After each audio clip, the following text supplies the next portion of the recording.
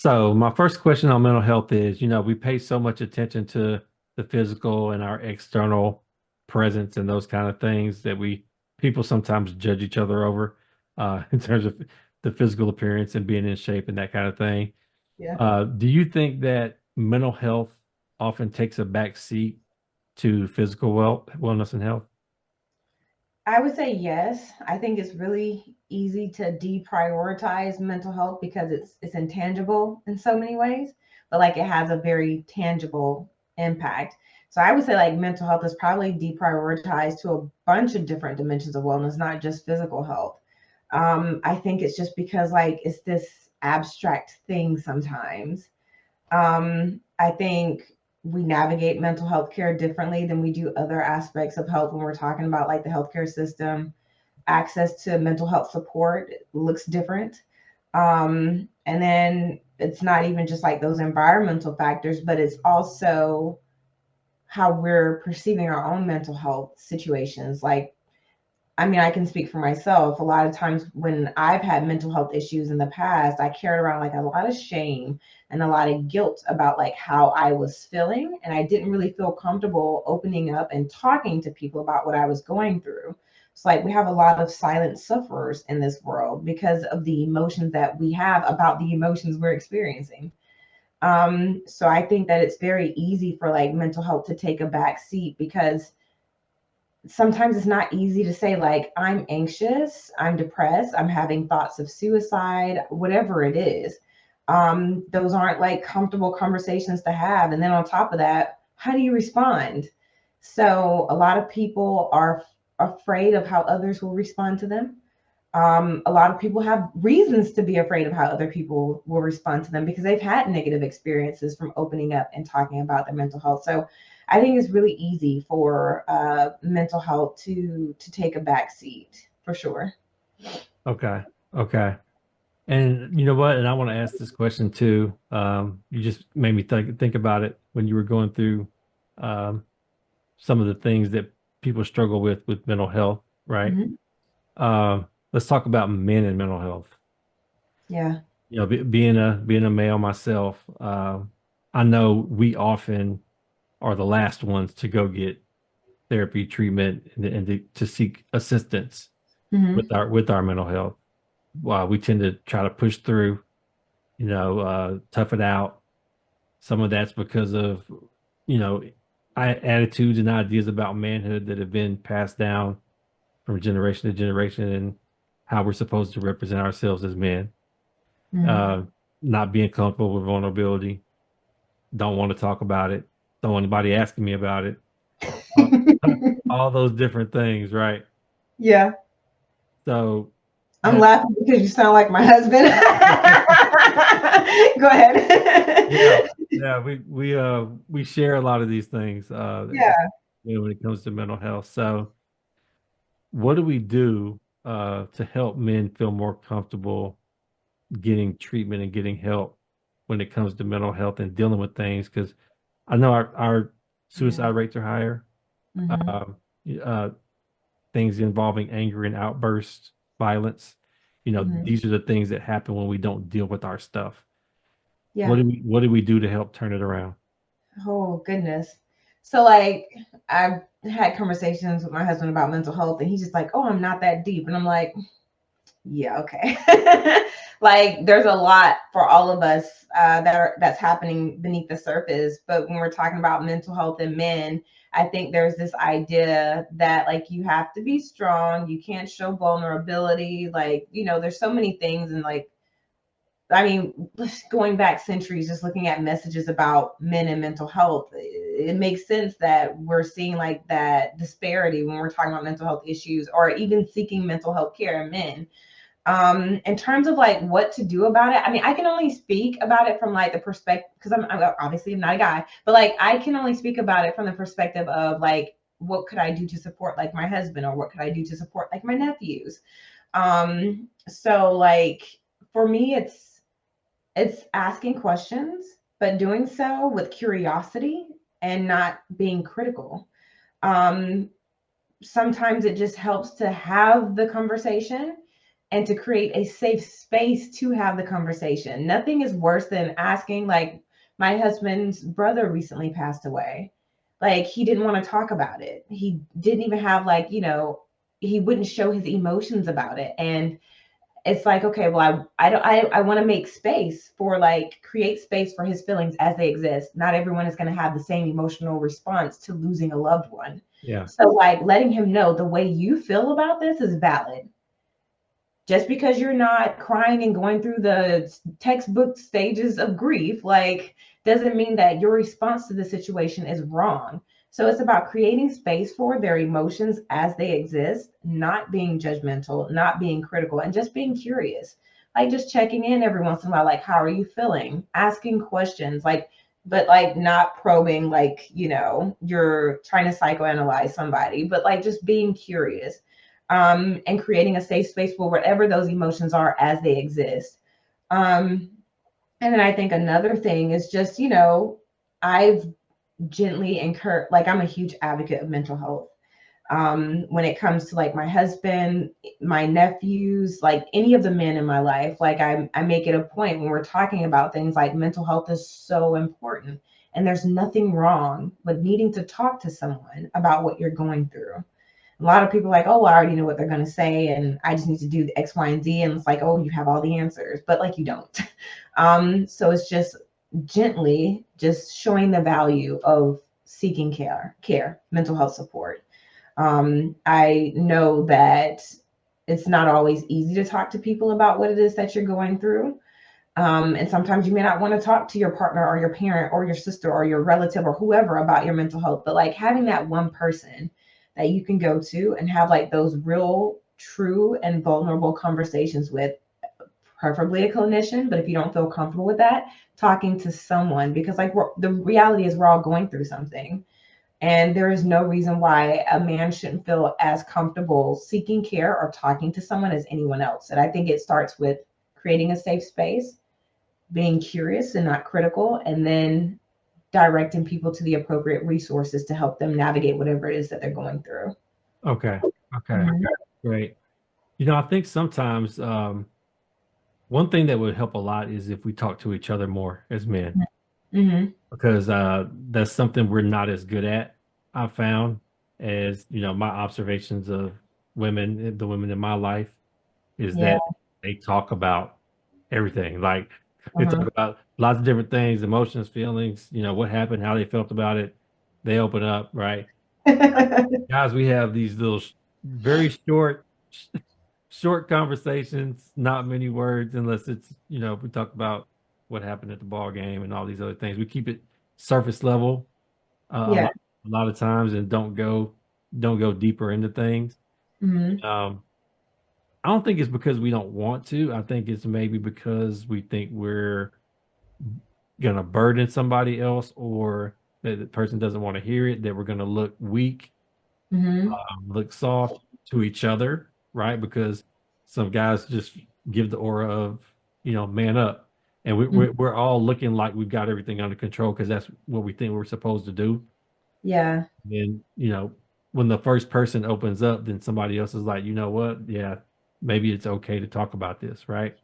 Yeah, two books are coming to mind when you're saying that. So, Men Are from Mars, Women Are from Venus. It kind of, to a certain degree, stereotypes this binary men, women, and what they do and don't do. But I think there is some truth to it, because it is based on research. When it talks about like having those conversations, men are less likely to kind of engage with other men about whatever it is, that they're going through, whereas women tend to be a little bit more communal. And then another book that comes to mind is Man Enough by Justin Baldoni, an amazing read. I think that there is so much vulnerability in the pages of his book, and he talks about like the true lived experiences that are common for a lot of men. And I think even in the pages of that book, like, you could see like how challenging it can be to be a guy in this world and to talk about like your mental health and what it is that you're going through. I mean, there's the things that we talk about, and then there's this vast array of things that's happening beneath the surface that we're just bottling and holding in. But I truly believe that what you resist persists. And so by not talking about it, we're not doing ourselves or those in our lives a favor at all. Yeah. Yeah, agreed, agreed. And we are generalizing because this is not every guy. So we don't want to Yeah. give the impression that we're stereotyping everybody. Hmm. Just some common patterns and things that exist among men are there that need to be addressed. And so I wanted to address that as a topic today. Yeah. I do have a question to you though, as a woman, because I think some of us think that if we open up and we're vulnerable and we talk about what's going on in our emotions with the women in our lives, that unless it's our mom, maybe that, especially if it's our partner, that you'll think that we're weak or will or won't respect us as much, right? And trying to portray that aura of strength and be the rock for everybody. Yeah. What are your thoughts on that as a woman when it comes to men in your life opening up? So we look at being vulnerable and sharing and talking about things as if it's not a strength. And I think that there is a lot of strength in being able to do that. It's easy to bottle things up and to hold it in because you don't have to talk about it, you don't have to address it. But when you talk about it, I think there is a lot of strength and courageousness that goes into that. So when I think about like just the men in my life and like are you asking like how they talk about mental health and how I receive it, or like how women would typically receive it? I'm asking your experience of yourself and women you know when it comes to men and vulnerability.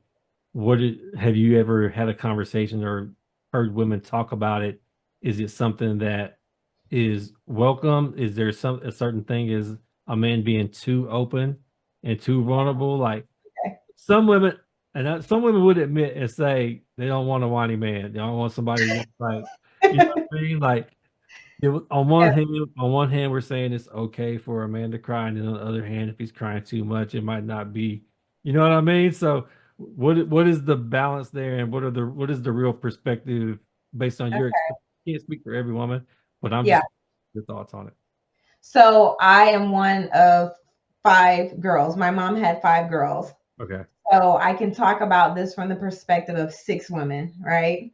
So I think that the majority want their men to talk more about their mental health. They want their men to be more vulnerable and talk about their emotions and what they're going through. We crave those conversations. Um, and I would say the minority would look at it and say, if my sister's listening to this, she's probably going to know which one I'm talking about. But I would say, like, the minority would look at it and say, oh, I don't want someone who's whiny. I don't want someone who's, I mean, be tough, be strong, whatever. But I think it's because we're all looking at it from different lenses. I see nothing tough and nothing strong about not being able to communicate what it is that you're going through. There's nothing tough or strong about it. But somehow in society, we have made it seem as though the guy who's got it all together, who holds it all in, who doesn't cry, who doesn't do this, who doesn't do that, oh, they're tough, they're strong, they're all these things. And it's like, maybe there's strength in being able to talk about what it is that you're going through. Like Yeah. I said before, it takes a certain level of courageousness and vulnerability to be able to open up. And sometimes being vulnerable, it's like, it feels yucky, but it's so helpful at the same time. And I think sometimes the fear that we hold in our minds about what it would look like or what it would mean to do something is what hinders us from doing it. But I would say that out of my circle of my four sisters and my mom and myself included, the majority, I would say like 80%, welcome those conversations from the men in our lives about what it is that they're going through. Okay. Yeah. Okay. I hear you. You don't sound like a believer at all. I'm just having fun with you. I'm just having fun with you. But I've heard both perspectives, and Yeah. that's why I say like no, neither is a monolith, right? Like there's Mhm. different thoughts among women, among men about the whole thing.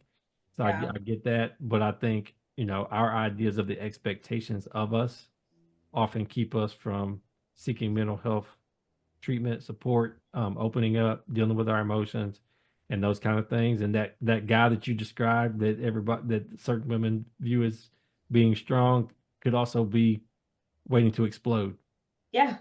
Yeah. at the same time. Yeah. I remember you bringing up like anger and things like that is something that is expressed when we don't like handle the things that we're going through mentally. And I think like anger is like that easy emotion to jump to because it's almost like a defense mechanism. If Yeah. I'm angry, if I lash out, like I get to exert my strength and maybe even control in a situation where I feel like I lack control. Yeah.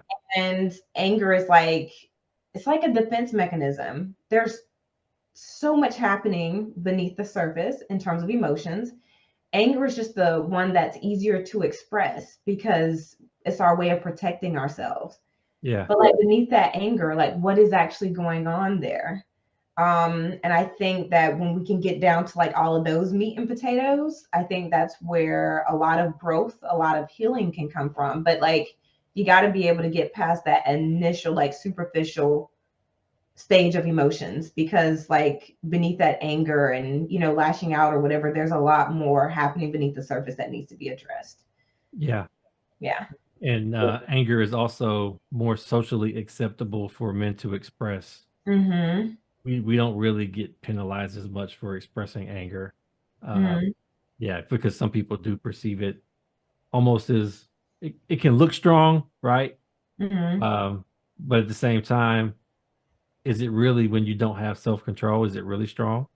Mm-hmm. Right. Yeah. So I think I don't know, we just as a society maybe need to revisit some of our definitions of manhood and some of the things that are portrayed. Uh, Yeah. I think we're starting to do more of that now. We still Mm-hmm. have a ways to go, I think. Yeah. And I think it's like whenever you see someone like acting out like in a way that's angry, like for me, whenever I see that, it goes kind of back to I'm hoping I'm saying his name right.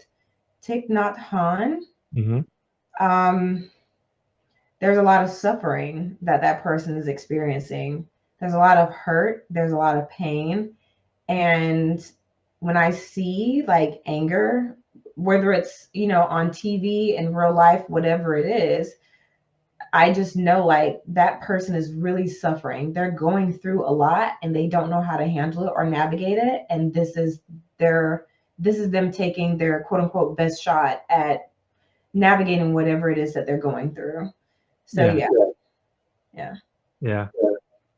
All right. Well, I didn't want to spend the whole time talking about men, but I did want to touch on it because I thought it was a relevant topic. And being a Yeah. guy, I did feel a responsibility to talk about that today. So Yeah. thank you for indulging me in that. My pleasure. Um, that being said, let's just get back to general mental health, right? Mhm. So we've talked about the male side of that. Is there anything when you think about the general population or even like women from a mental health perspective that is taboo that you feel needs to be talked about more? I mean, all things mental health. Yeah. Um, so like I can speak for myself. Like I mentioned earlier, like I had this period of time with my mom where we just had to give each other our space. So like at that time, I was dealing with anxiety, depression, and thoughts of suicide. My mother was navigating undiagnosed schizophrenia and a mood disorder. And our engagements with each other were very toxic because one, we didn't know how to navigate what it was that we were going through. And we also didn't know how to support each other through what it was that we were going through. And it just got to a place to where it was like, this is no longer healthy for either of us. And it was a tough decision that was made for us not to talk to each other anymore. And I just remember telling her, like, regardless of what we're going through at this moment, I just want you to know that I love you. um, could I tell her at that moment, like, Mom, I'm super depressed. I don't want to live anymore. I don't like, there's so many things that is going on inside of me and I don't know how to talk about it. I couldn't share that with her because of what she was going through. Or maybe I could have shared that with her and we would have been able to realize like we're all going through some pretty crazy stuff. But like talking and sharing isn't what happened in that moment. And we both had to take our own journey towards healing. And I think we went like maybe a year or two without talking to each other before I think she wrote me a letter. And then I called her and we were able to kind of come together and create a new type of relationship with each other. Um, and so I think when it comes to mental health, talking about it, like it's so hard. And I think it's because one, you probably don't even know what it is that you're going through. Mhm. Sometimes what we're going through feels normal to us, but it's not quote unquote normal. Like what is normal, right? But like sometimes we don't realize like maybe it's not a normal thing to not want to live every day. Like maybe I should talk to somebody about that. It's not a normal thing to be depressed all the time. Like maybe I should talk to somebody about that. Mhm. So like when it comes to just mental health as a whole, like it's just really something hard to talk about. But I think when you do start to talk about it, I think that's where like the healing can begin. So like I struggled with what I was going through in silence for a good portion of my life. It wasn't until I told a friend of mine what I was going through that I was able to get the help that I needed. So I think going back to your question, it was regarding like what could we do? I think talking about it is like the first step. You might not always know how to respond to someone who's, struggling with a mental health issue, but sometimes just being a listening ear, I mean, it can make a world of difference. Okay. So Yeah. talking about it more, I definitely agree that that's big, right? To get it out there and open up, put it on the table, have conversations about it. Um, Sometimes like in a friend circle, there's one person that's kind of the go-to person when people are in trouble, right? Yeah. Uh, and so that person is the person people talk to, air things out, get support and from guidance from. But then that person, because they're used to being the go-to person, they don't necessarily open up. Yeah. What would you say to the person who is carrying and looking out for everybody else about taking care of themselves? I gotta look in the mirror on this one. I would say like in my family, hopefully my sisters won't beg to differ, but I would say in my family, when anyone's going through something and they want to do something about it, I'm the person that they go to. So like I'm that person in my family. And for the longest, like the things that I was struggling with, I didn't share with them because like I'm the person that you're going through too. I have to be strong. I took on the responsibility of being the strong one who's got it all together, which is like far from the truth. And even when I do talk about like the things that I'm going through, sometimes it can still be easy to say, well, you got X, Y, and Z going on. But it's like for those of us who support others, it can be easy to mask and to hide what it is that we're going through and not talk to anyone about it because we feel like, well, if I'm the go-to person, then I have to, but like we don't have to have it all figured out. I'm not going to pretend to know what's best for everyone else because I barely know what's best for myself. So like for me, I feel like when people come to me, I'm not here to tell you what you need to do. I'm not here to tell you what's best for you because I don't have a clue. I'm just here to listen and to ask you questions. And in your answers, therein lies your work. Like, I'm not here to tell you, you should do this, you should do that. Because, like, I wouldn't want someone coming to me in the instance that I choose to, reach out to support, to reach out to someone to support me. I'm not going to want someone telling me what I should and shouldn't do and how I should and shouldn't feel. I'm looking for someone to support me. Um, And so, like, I think when you are the person that people go to, one, it's easy to pretend like you have it all together and not get the help that you need. And I think there was another thing I was going to say that I forgot. Oh, my brain. Um, but like, it's just about being able to reach out for help and find who your person is going to be because you can't be your person, the person that you are to others, to yourself. Sometimes you need that person for you too. So it's like finding that support for yourself. It's like Okay, therapists need therapists, coaches need coaches. It's the same thing. absolutely. Yeah. Absolutely. Yeah.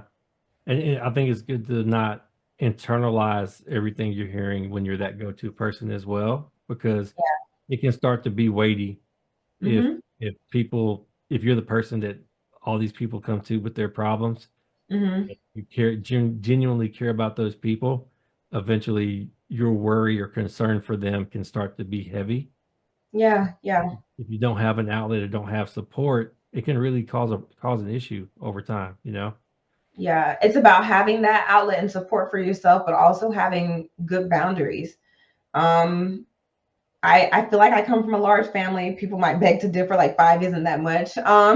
But I feel like when everyone is going through things and they want to talk to you about it, like it could be, like you were saying, easy to take on that emotion. And so, like for me, my thing is I can't be more invested in a positive outcome for you than you are for yourself. Mm, And because I don't have control over your situation, I can't assume responsibility for the emotional aspect of it either. And I also can't assume responsibility for your emotional response to things because then that wouldn't be fair to me. That's your journey. That's your life. Those are your things that you have to navigate. And so it's being able to have like those mental boundaries in place. And then also, this might sound a little harsh. This is just how I operate. Like if we're talking about something and it's a year down the road and it's the same exact conversation, I can't do it. Like I know what my limit I know what my limits are. And I know like I'm not a clinician in any aspect. I'm not a therapist, I'm not a psychologist, I'm not a counselor, I'm not a coach, I'm not any of those things. So like I'm able to say like I think it's about time like maybe you talk to a therapist about this. Like I'm yeah, gonna have this conversation with you a few times, but like two, three, four, five times, like, okay, it might be time to talk to a therapist about this so that you can do what needs to be done to come to whatever outcome it is that you're looking for that you need. yeah, So boundaries are important. yeah.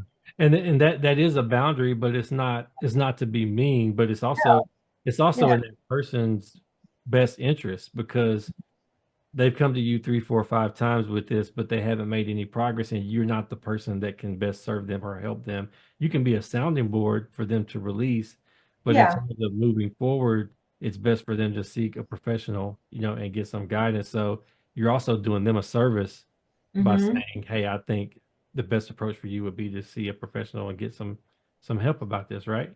Yeah. And I'm not here to judge like whether I think you're making the progress that you should or shouldn't be making. I'm just here to judge whether or not I can emotionally sustain, these types of conversations. And if I can't, or if I feel like I can't, offer the help that's needed here, then yeah, it's about referring them to the resources that they need because that further empowers them to do what they, want to do in their lives. Yeah.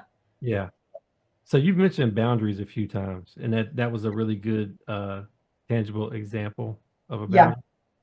Can you give some concrete examples of what creating boundaries looks like?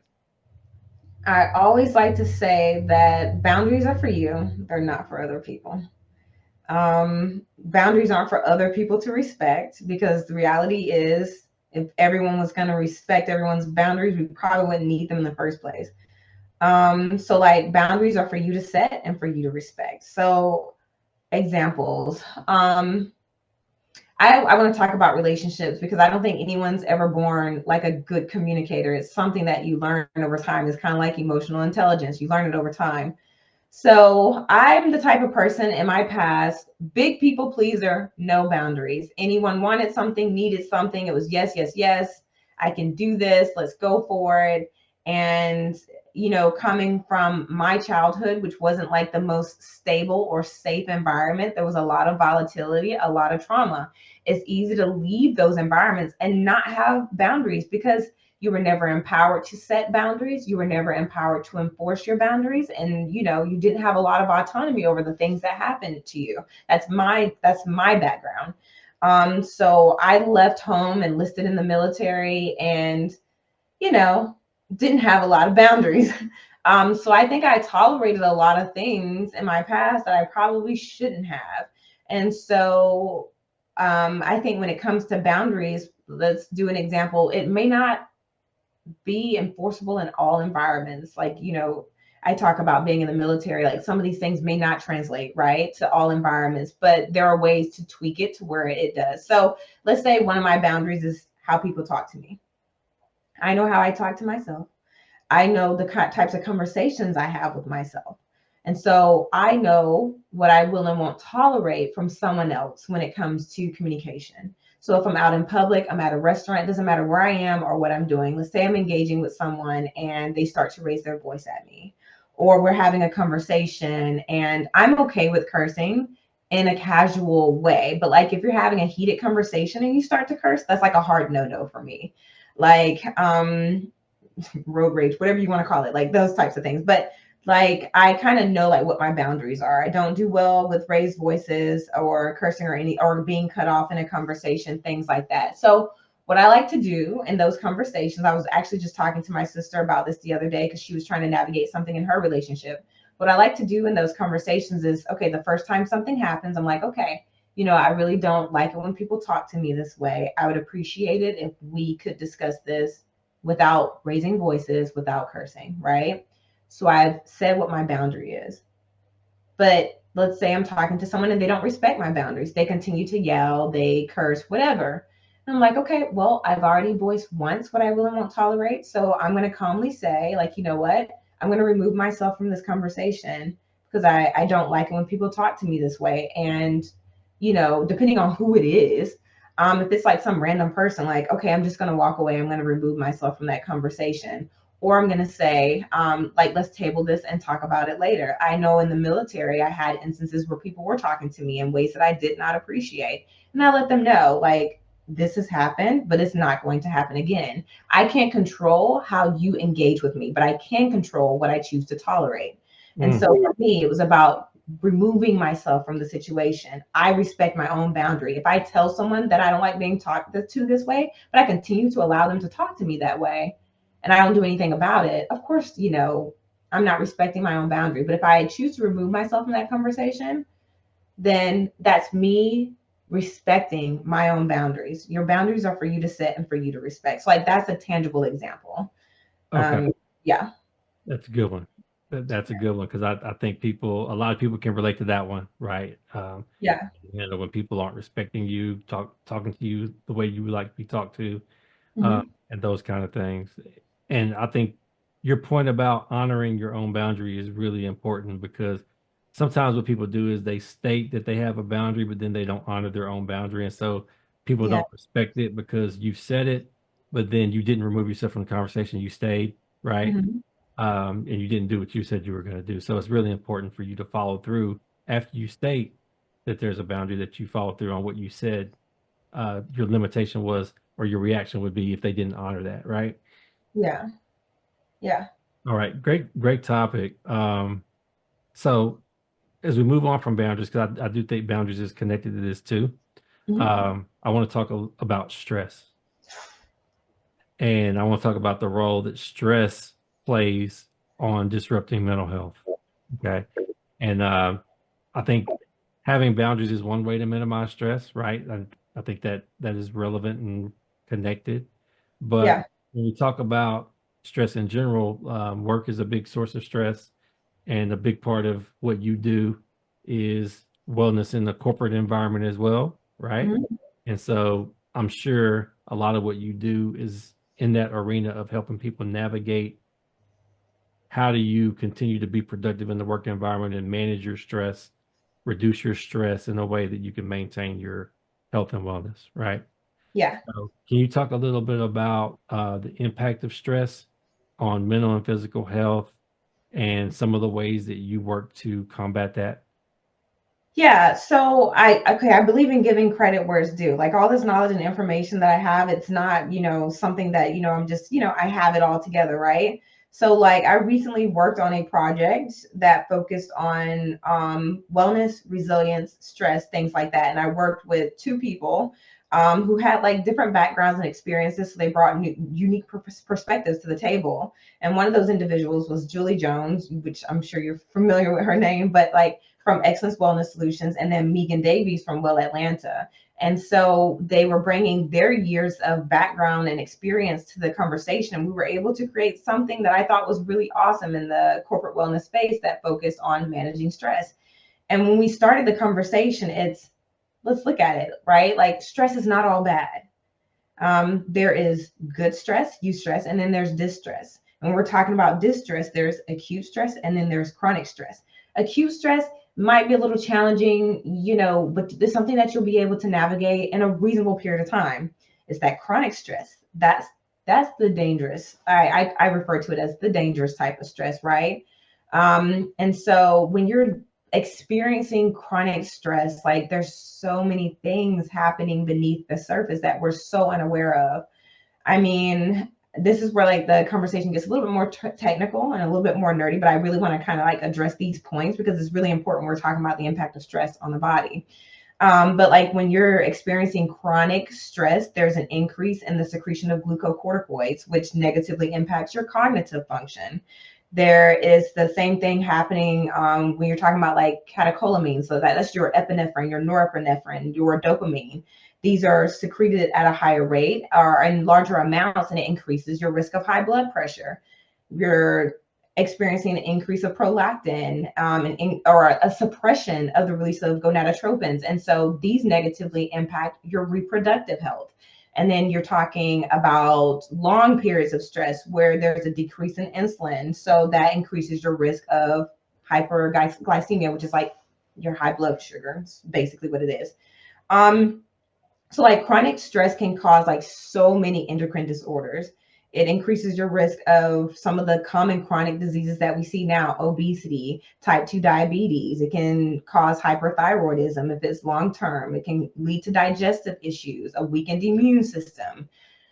And then it goes back to your mental health. So it increases your anxiety, your depression. Like the theme here is that your mental health impacts your physical health and vice versa. So when we're talking about like that chronic stress, it's not normal. And that's why like all of these reasons I just listed, that's why stress is known as a silent killer, because so many things are happening beneath the surface. You're not aware of it. And when you're not aware of it, it's just wreaking havoc throughout your body. And then one day you wake up and you realize, like, I've been experiencing chronic stress for a year, 2 years, 3 years, a decade, and I'm having all of these, health consequences or negative health consequences as a result. And who would have thought like stress could have such chronic stress could have such a negative impact? I think first, I've talked a lot about like self-awareness. So when we're talking about the role that stress plays on the body, is checking in with yourself. How am I feeling right now? When I worked with Julie and Megan on this workshop, we came up with like a list of things that people could do to manage their stress and to increase their resilience. So it starts with self-awareness and checking in with yourself. How am I feeling right now? Like even when I think about the idea of checking in with myself, my voice calms down. I feel my body more at ease because I'm taking a journey inward. Are my shoulders tense? That's where I hold my stress. Am I grinding my teeth? Like what's going on with your body? And what do you need right now? So like there's a bunch of ways to like reduce and to better manage stress. It goes back to the thought work. How am I thinking about what I'm experiencing at this moment? And how am I internalizing those thoughts? Are these thoughts that serve me well or thoughts that don't serve me well? I'm overwhelmed with this project. I'm not going to get it done in time.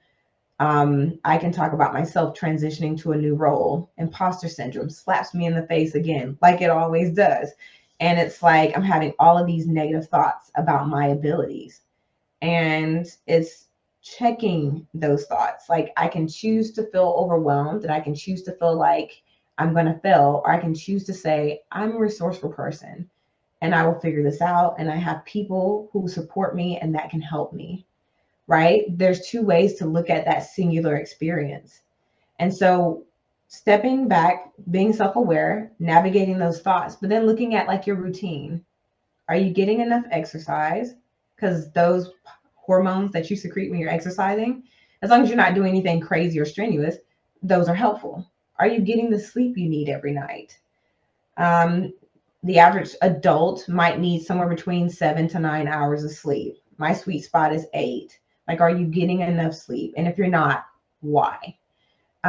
Eating healthy, that plays a huge role in your mental health. Are you getting the nutrients and the minerals that you need? Like when it comes to nutrition, it has become very complicated. We're in a place where we don't even know what's good for our body because we're too busy listening to Joe Smo in the middle of nowhere tell us that this is what we should or shouldn't be eating. But like Joe Smo doesn't know me. He doesn't know what I need. Like in general, there are certain things that you do need, but it's like you are the expert on what your body needs. So are you feeding yourself healthy and nutritious foods that help you to manage stress, that help with your cognitive function, that help you to maintain like your physical health and well-being? So like those are some of those key things. And then we talked about mindfulness and deep breathing and things like that earlier.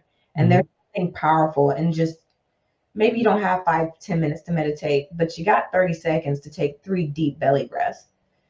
Mind you, it shouldn't take 30 seconds to do 3 deep belly breaths, but like you get the point.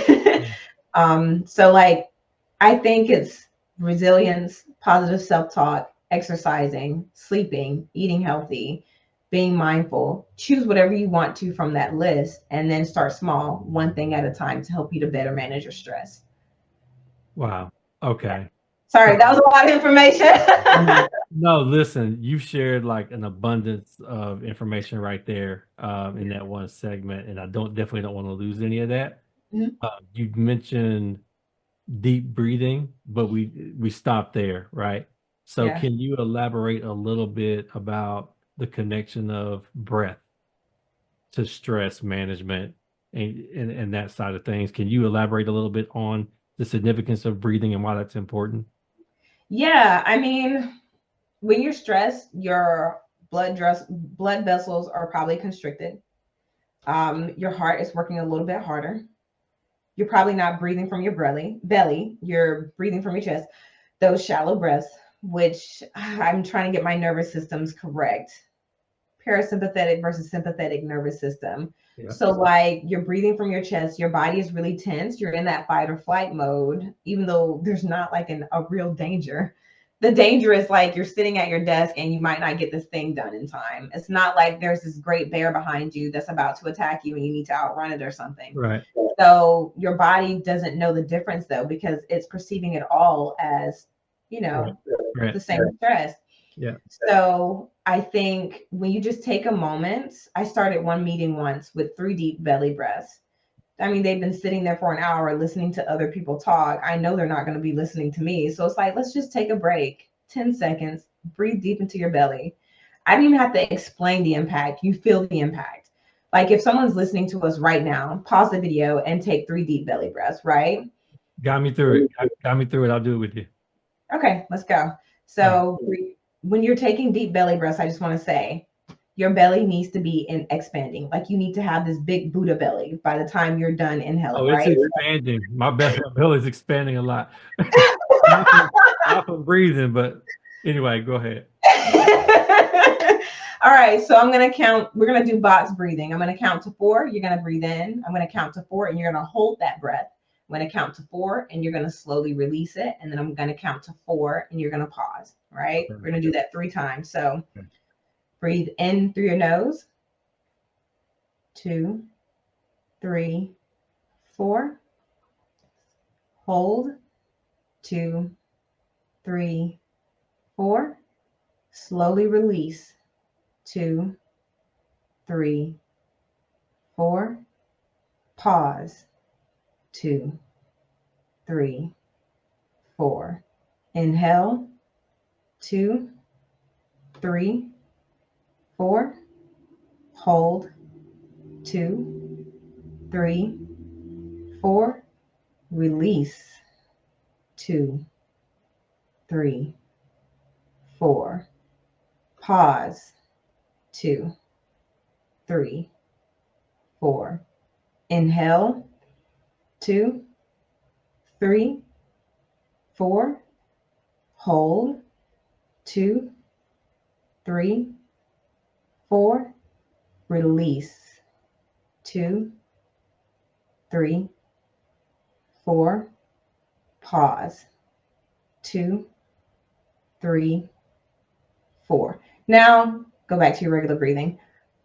What was that? Like maybe 20 seconds? And I don't know if you noticed, but when I was saying release, I intentionally counted slower. Because what you want to do is you want to make that out breath a little bit longer than your in breath. That helps your body to relax. And just like practice this in the mirror. Just look at When you breathe in, what's happening? Is this happening? Not a deep belly breath, but like, is your stomach, you can't see my stomach because I'm sitting down, but like, is your stomach expanding? Then your chest, your whole body is full of air and you're slowly releasing it. And there's something magical that happens in that moment of stillness between that in and out breath. And it's like sending a signal to your body. There is no threat here. Relax, calm down. All of those negative hormones that I was talking about earlier that secreted during chronic stress that negatively impact your reproductive health, your cognitive function, your physical health, your mental health, those take a back seat. And your body is realizing it's safe for me to calm down right now. And I mean, it makes a world of difference in terms of mental health and physical health. So, like for me, that breathing, I don't care if I don't do anything else during the day. If I just take a moment to take just 3 deep breaths whenever I'm realizing that I'm tense, it doesn't have to be something big like a 20, 30-minute meditation. It could be something as simple as 1 minute of deep breathing, 30 seconds of deep breathing. Okay. There's magic in doing that. Yeah. Okay. I definitely felt more relaxed when we were done. But it was interesting because until after we finished the exercise, I didn't even realize I had tension. Yeah. But after we were done and I felt relaxed, I was like, wow, okay. I was a little tense before we did that, and I felt the difference. And I could also tell the significant difference between the cadence we were in that breathing exercise and my normal breathing cadence. My breaths are a lot more shallow normally, so I definitely don't breathe deeply enough in my regular breathing. So maybe that's something I should work on, or just is that something I could work on to where my normal breathing would be different, or do I just need to make sure I take those breaks to inhale and breathe deeply? I think it starts with taking those breaks. You're not magically going to be, breathing from your belly all the time. I think it starts by checking in with yourself, realizing that you need to take those deep belly breaths and doing it for that moment. And then as you continue to do it and practices, you might realize like, okay, I'm in this long meeting. It's death by PowerPoint. They're talking to me. Like I have this little thing that I like to fidget with to kind of help manage my stress and my tension. But just sitting in that meeting and then just taking deep belly breaths while someone is talking to you about something, like that makes a world of difference. You might not do it pervasively, but if you're able to trigger yourself to do it intermittently, I think it can be just as beneficial. The reality is we're not all walking around taking deep belly breaths, all the time. But it's about creating as much of a practice of doing it as you can, but especially when you need it. And going back to our conversation earlier about prevention, that's why I have that alarm on my phone, 12 and 4 o'clock, to just step away and to do those deep belly breaths, because I don't want to do it every time I'm feeling tense. That's reactive. I want to do it proactively so that I don't get to that place where my mind feels like it's a swirl of craziness and I just can't cope, Yeah. Yeah. Okay. Man, great topic. So you said a lot. So I'm gonna let you recap. Okay. Starting with self-awareness, you gave several tips for being more effective at managing stress. Can you run back through them? Yeah. So self-awareness is just checking in with yourself. Okay. I used to have this sign on my wall that reminded me to relax my shoulders, to take a deep breath, to relax my jaws, unclench my fists if that's what I'm doing. We all hold stress in our body in different ways. For me, it's in my face and it's in my shoulders. I'm like this so much all the time. And so like having a sticky note on your computer screen or maybe in your car somewhere, wherever you're likely to get, triggered. If you have road rage, like some people, like you might want to have a little sticky note in your car that says, are you tense right now? And if so, have like a process. I'm going to take a deep belly breath. I'm going to relax my shoulders. I'm going to do something that helps me to feel better in this moment. Okay. Got it. So like that goes into that self-awareness. Okay. And then I think the next one was resilience. So like, when I say resilience, there's a lot of ways to look at it, but I'm really going back to like that self-talk. How are you talking to yourself right now? Um, I like to use work as an example. I think that says a lot about me. I don't know if that's good or bad. But like, I love the work that I do. So like, it's a huge part of my life. So if I'm at work and working on a project, it's a tight deadline, and I'm trying to hammer things out and get things done.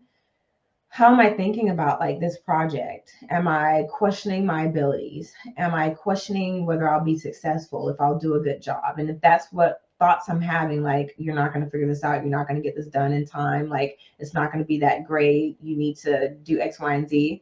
Like, being aware of those thoughts is powerful, because once you're aware of how you're speaking to yourself, then you can make a change. And so it's challenging yourself. It's easy to go down those negative thought paths if that's what you're used to doing. So instead of saying, like, am I going to figure this out in time? I'm going to say, like, I have the resources that I need within me to be successful. And even if I don't have all the knowledge and know-how, I know I can reach out to other people for help. And even Yeah. if I can't reach out to other people, like, there's AI, there's social media. Like, there are ways to get what you need to do what needs to be done. So like, working on that thought work. Got it. Yeah. And then I mentioned exercise. And for me, it's all about baby steps and doing what brings you joy. I'm not even going to say exercise, I'll say moving your body. Exercise sounds like a chore It does. sometimes. So, yeah. So, like, what makes you feel good? Is it walking? Is it running? Is it dancing? Like, what makes you feel good? um, and doing it. Maybe it's not traditional exercise. Maybe you enjoy yard work, like going out there and maintaining your yard, whether it's mowing the lawn or doing something in the flower bed. I don't know. I don't have a green thumb, but like, maybe that's your form of movement and exercise. Um, and then the other thing I said was sleep. So making sure you're getting good quality sleep. um, Everyone is different, but like, screen time before you go to sleep might not be the best idea. Scrolling through social media, watching TV, whatever it is, might not be a good idea to do that before you go to sleep. It disrupts your sleep. Um, Making sure you're getting, like, everyone's number is different. For some people, they need 9 to 10 hours of sleep. For some people, 7 to 8. If you say your number is less than 7, I'm going to challenge you that that's probably not the case, because the average human being needs more than 4, 5, 6 hours of sleep. So it's like making sure you're getting quality sleep. And what was the last? Does it matter what time you go to sleep? I mean, everybody's different. Some people work the grave shift. You can't sleep. You're Mm. working. Yeah. Um, I think it's unique to your situation. I think the time really depends on like what your day looks like. But I would say, like, if you have like a more traditional schedule, you're working during the day, 9 to 5 or something like that. You want to make sure, if you're getting 8 hours of sleep, you probably need to be in bed before 1 o'clock in the morning. Because if you're working 9 to 5, the last thing you want to do is roll out of bed directly to your computer. You need time in your morning for yourself, for your family, whatever it is. So that magic schedule, that magic number to be in bed, to wake, to rise, there isn't one. Like, it really is based on like your unique situation. It's just about making sure you're getting quality sleep, whatever that means to you. For some people, quality sleep is, I read a book before I go to bed to help me wind down, or I drink some tea before I go to bed to help me wind down. And then I go to sleep, and maybe you listen to like sleep meditation. I have terrible insomnia. My brain is on go like most of the time, constant thoughts racing. And for me, guided sleep meditations help me to sleep. Jason Stevenson is like my favorite. I'll listen to that and it helps me to sleep at night. Yeah. um, so it's really about finding what works for you. Yeah. I like to I fall asleep to music usually. Yeah, But that helps me. It helps me relax. It's something easy going, jazz music, maybe instrumental versus somebody singing, yeah, uh, something quiet and calm. So that helps me. But yeah, I agree with having your tricks, your own, knowing your preferences and what calms you down can be Mhm. really helpful. And you said unplugging from like social media, screen time, and stuff like that Yeah. um, can be helpful to help you wind down and relax whenever it's bedtime.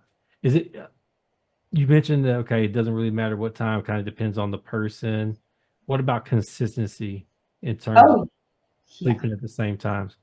Sorry, I got excited when you said that. Okay. Consistency is key. I mean, you don't have to be consistent down to like the minute. But like if you are going to bed around the same time, you're setting a sleep wake cycle for your body. Your Okay. body gets used to winding down at this time. It gets used to gearing up and waking up at this time. Like one thing I've noticed about myself, if I'm really like conscientious about my sleep schedule, I will naturally wake up like 5-10 minutes before my alarm because my body is used to that sleep schedule. Yeah. But when you don't have a somewhat consistent sleep schedule, your body is like it's all off cycle. It doesn't know when it's going to be going to sleep. It doesn't know when to anticipate it. It doesn't know when it's going to wake up and when to anticipate it. And so, like, you're facing some harsh realities. That alarm is waking you up in the middle of your deep sleep and you're not ready to go for the day. But, like, you have no choice but to, like, get up and start your day in that way because, like, maybe you don't have the best sleep schedule. So, I think a sleep schedule is really important, regardless. I'm sorry, a consistent sleep schedule is really important, regardless of what, like, your day and your routine looks like. If your routine is to go to bed at 8 o'clock in the morning after you get off your shift, if you're being consistent about that, then your body is adjusting to that schedule. And so it kind of naturally knows what to do. Gotcha. I think that's important. Consistency is important. Gotcha. Okay. Good stuff. Good stuff. And I think the fifth one that you said was boundaries, and we've already covered that extensively, so no need to Hmm. go back through that. So yeah, you've covered five good ones. And what I like is some of what you said was preventative, like in terms of the exercise and the sleep and the things you do that impact your mental health and all those other things, right? And then some of it was awareness of like what to look for in your body and how you're reacting to the stress, and then how to reel yourself back in after Hmm. you've already had a reaction so that it doesn't like spiral out of control, right? Yeah. So you Yeah. covered both sides of that. So I thought those are really practical tips. All Awesome. right. I hope you're taking notes because it's been a lot, but very helpful, practical Yeah. information that you can apply. So that being said, after everything you've shared today, I think it's important for us to also cover goals, Yes. how to set goals, manage goals, make sure we're staying on track to those goals because you've given a lot of tips, but if you don't have a good practice of goal management, then you can't really consistently apply all the things that you've shared throughout the day to day. So I'd like to get into goals as we wrap up our session with Dr. Samantha Denson today. Thank you so much for watching this clip. If you'd like to see the full interview or more content from Crazy Dreams Inspired, please visit our page. Don't forget to hit the subscribe button, and I'll see you there.